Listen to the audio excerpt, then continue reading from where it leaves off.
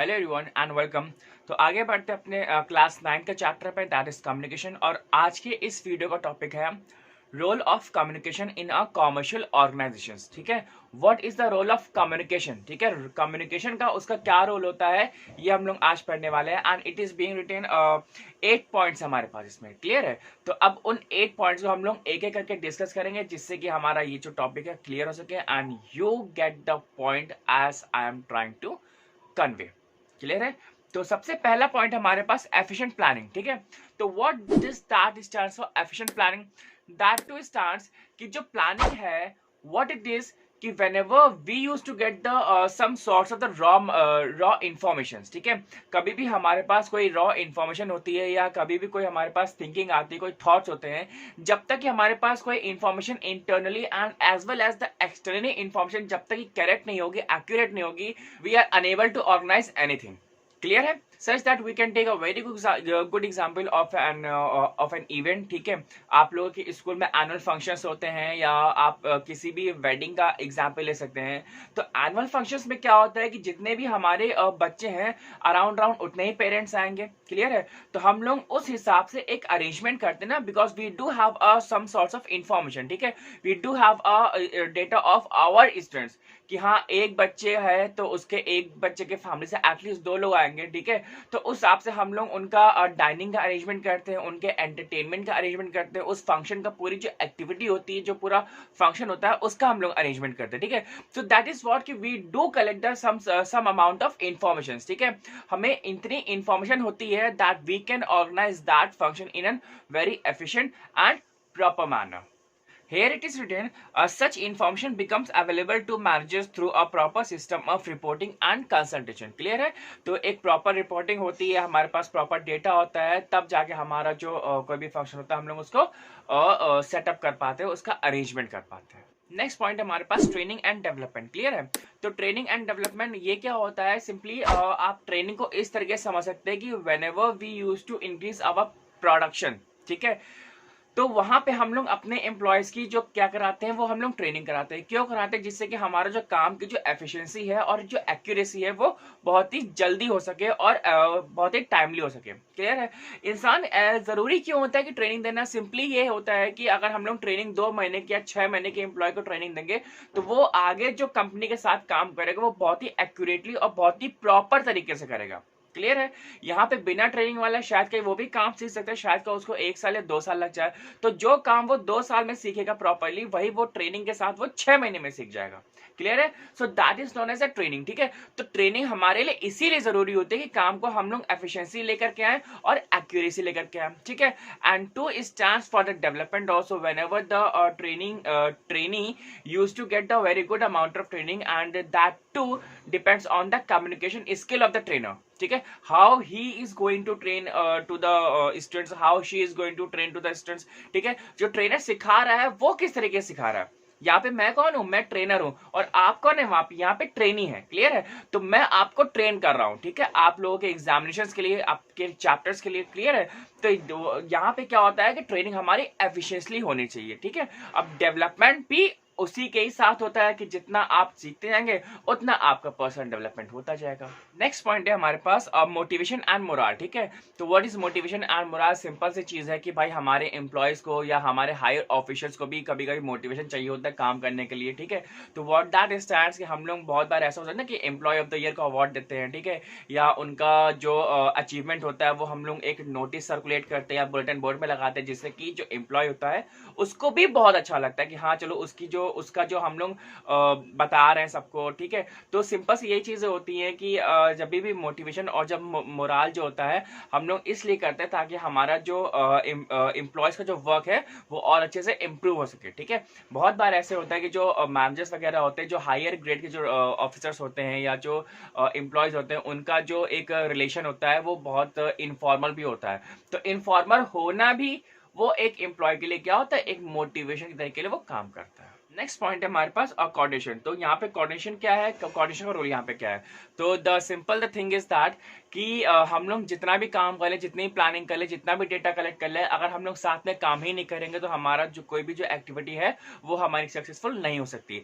As I just given you the example of your annual functions of your school, ठीक है। तो अगर आपके स्कूल का एनुअल फंक्शन हो रहा है और अगर सब लोग साथ में मिलके, जितने भी टीचर्स हैं, जितने भी स्टूडेंट्स हैं, जितने भी आपके स्कूल में वॉलंटियर्स हैं, अगर वो लोग साथ में मिलकर काम ही ना करें तो क्या हमारा वो that function will be successful?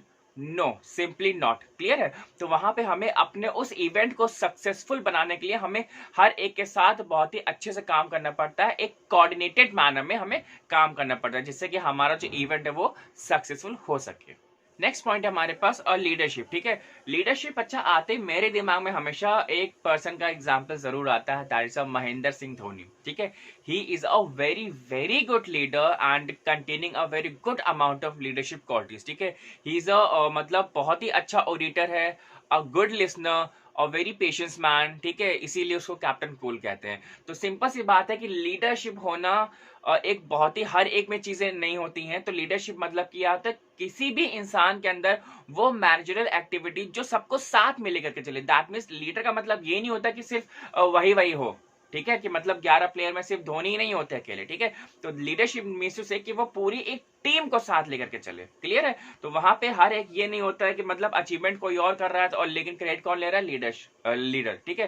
तो ये कोई बात नहीं होती। तो सिंपल सी चीजें क्या होती है यहाँ पे कि अचीवमेंट कोई भी करे तो हमेशा क्रेडिट उसी को ही मिलना चाहिए। अगर ए ने किया तो ए को मिलेगा, बी ने किया बी को मिलेगा। तो यही चीजें होती है कि वो अपनी एक टीम को पूरा साथ लेकर के चलता है, जिससे कि जो उस पूरी टीम का जो एक गोल है वो अचीव कर सके। नेक्स्ट टॉपिक है हमारे पास इफेक्टिव कंट्रोल, ठीक है। तो effective control means to say that control is always coming from the top, ठीक है। तो जो टॉप की जो सीनियर अथॉरिटी होती है वो हमेशा अपने जो जूनियर्स होते हैं या जो सबऑर्डिनेट्स होते हैं वो उनको चेक करते हैं क्या वो काम सही कर भी रहे हैं कि नहीं कर रहे हैं, जो उनको काम असाइन किया गया क्या वो कर रहे हैं कि नहीं कर रहे हैं। If they are doing the mistakes और not, if they are doing the mistake then they are going to give the training to that employ, ठीक है।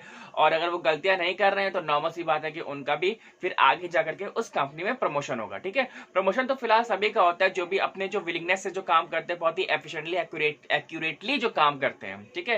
लेकिन कंट्रोल इसीलिए ज्यादा जरूरी होता है, जैसे होता है ना कि हर एक एम्प्लॉयज के ऊपर एक मैनेजर होता है, हर एक स्टोर का मैनेजर होता है, ठीक है, एक सिनेमा हॉल का मैनेजर होता है, एक मॉल का मल्टीप्लेक्स का मैनेजर होता है। तो मैनेजर हम लोग वहां पे क्यों रखते हैं? सिर्फ मैनेजर इसीलिए रखते हैं ताकि वहां पे गलतियां कम हो सकें। क्लियर है? बैंक आप जाते हैं तो बैंक में जिस भी ब्रांच में आप जाएंगे तो ब्रांच मैनेजर होता है, तो what that manager is doing over there. तो इसका मतलब ये होता है कि वहां पे उस ब्रांच में गलतियां ना हो, इसलिए हमने अपना एक मैनेजर रखा हुआ है जो कि आपकी गलतियों को वो कम करेगा, ठीक है, एरर फ्री करेगा, और जिससे कि वो जो बैंक है वो आराम से वो स्मूथली रन करता रहे।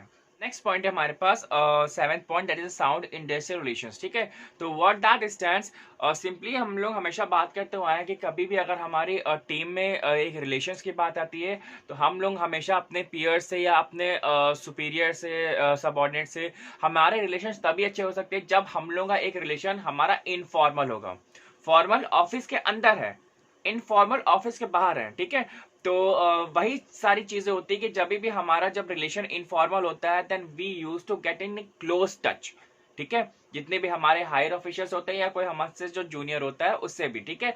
अगर हम लोग ऑफिस के बाहर मिलते हैं, पार्टी वगैरह अटेंड करते हैं या जितने इनफॉर्मल होते हैं, अदर देन ऑफिस की बात करते हैं या अदर देन वर्क की बात करते हैं, तो वहां पे हमारा जो एक बॉन्डिंग होता है वो एक क्या कहते हैं, हमारे एम्प्लॉयज पीयर से होकर के एक हमारे एक बेस्ट फ्रेंड तक जाता है। और बहुत सारे एम्प्लॉयज या सबऑर्डिनेट सुपीरियर्स ऐसे होते हैं जिनका ये जो होता है बहुत लंबे टाइम तक जाता है रिलेशन, ठीक है। तो सिंपली होता है क्या, ये जो व्यवहार जिसे हम लोग सिंपल हिंदी लैंग्वेज में व्यवहार कैसा तुम्हारा उसके साथ, तो सिंपल यही कहेंगे कि भाई साहब ये जो रिलेशंस वगैरह है हम लोग जब इनफॉर्मल लेकर के आएंगे तभी हमारा जो इसमें एक बहुत ही अच्छा एक ट्रस्ट बिल्डअप होता है and we create a very good family over there. Next point है हमारे पास कॉर्पोरेट इमेज, ठीक है। It is been written communication is indispensable for every organization to develop and maintain reputation और goodwill in a society, ठीक है।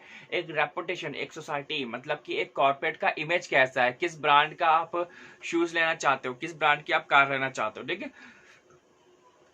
तो यहाँ पे है a business concern can keep itself in close touch with its customer, investor, dealer, suppliers and other sections of society through various forms of the communication. ठीक है, तो वहां पे कस्टमर से कैसे आप बात कर रहे हैं, इन्वेस्टर से कैसे बात कर रहे हैं, how the corporate is going to get in touch with you. Clear है, वो किस तरीके से आपसे कम्युनिकेट कर रहे हैं, via the emails, via the text messages, via the calls and via the pamphlets, via the internet popups, कुछ भी हो सकता है। ठीक है, बस उनको ये चाहिए कि उनका जो एक लॉयल कस्टमर है वो उनके साथ हमेशा बना रहे और वो उसको छोड़ करके कभी ना जाए। क्लियर है, आई होप कि बस आपको वीडियो अच्छी लगेगी यहाँ तक, और वीडियो अच्छी लगी तो लाइक करिए एंड बस आज के लिए इतना ही। नेक्स्ट वीडियो मिलते हैं, till then bye bye and thank you very much.